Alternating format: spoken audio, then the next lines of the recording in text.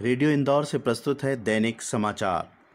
मध्य प्रदेश में केंद्र सरकार की one nation one ration card योजना शुरू की गई है। इस योजना के तहत सभी पात्र परिवारों को उनके निवास के नज़दीक की दुकान से ही बायोमेट्रिक्स के आधार पर 21 राज्यों में कहीं भी उचित मूल्य का राशन मिल सकेगा। इससे मध्य प्रदेश के पात्र प्रवासी मजदूर अन्य राज्यों में तथा अन्य राज्यों के पात्र प्रवासी मजदूर मध्य प्रदेश में ही राशन प्राप्त कर सकेंगे। मुख्यमंत्री ने बताया कि योजना के लिए प्रदेश की सभी 24,980 उचित मूल्य दुकानों पर POS मशीन लगाई गई है। इंदौर में फिलहाल धर्मस्थल, शैक्षणिक संस्थान, mall, restaurant, salon, parlour, gym, bar, swimming pool बंद रहेंगे। मध्य क्षेत्र के क्लॉथ मार्केट, मारोटिया, सियागंज आदि में थोक दुकानें ऑड इवन के आधार पर खुलेगी। बुधवार को दुकानों की नंबरिंग की जाएगी और 11 जून से ऑड इवन पर ही इनका संचालन होगा। यहाँ ग्राहक नहीं आ सकेंगे, सिर्फ ऑनलाइन ऑर्डर लिए जाएंगे। शहर भर में ऑटो रिक्शा को 2 सवारी के साथ चलाने की अनुमति दी गई है। 16 जून को आपदा समूह की बैठक में हालात का जायजा लेकर आगे का फैसला किया जाएगा। राष्ट्रीय शैक्षिक अनुसंधान और प्रशिक्षण परिषद NCERT ने सरकार को स्कूल शुरू करने को लेकर प्रस्ताव सौंप दिया है। इसके अनुसार स्कूल खुलने के बाद एक कक्षा के बच्चों को एक साथ स्कूल में नहीं बुलाया जाएगा।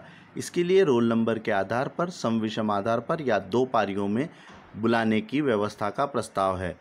बच्चों के स्कूल पहुंचने के समय में भी कक्षाओं के हिसाब से 10-10 मिनट का अंतराल रखा जाएगा।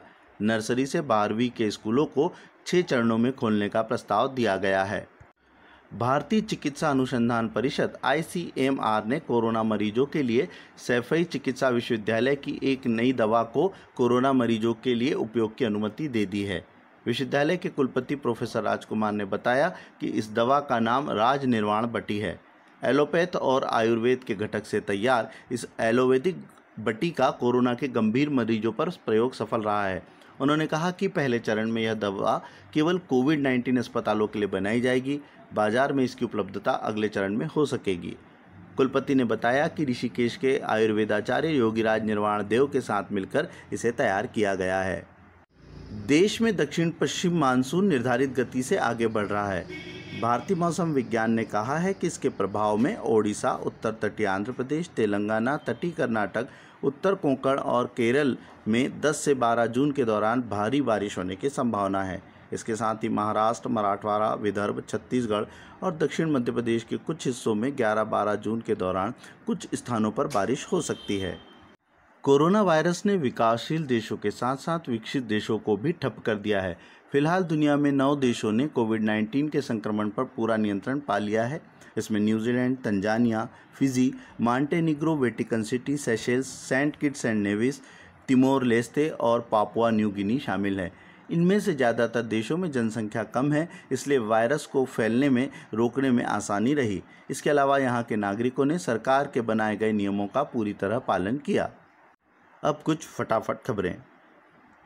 समर्थन मूल्य पर गेहूं खरीद में मध्य प्रदेश देश में प्रथम स्थान पर पहुंच गया है। प्रदेश में अभी तक 1,27,67,628 मीट्रिक टन गेहूं की खरीदी की गई है।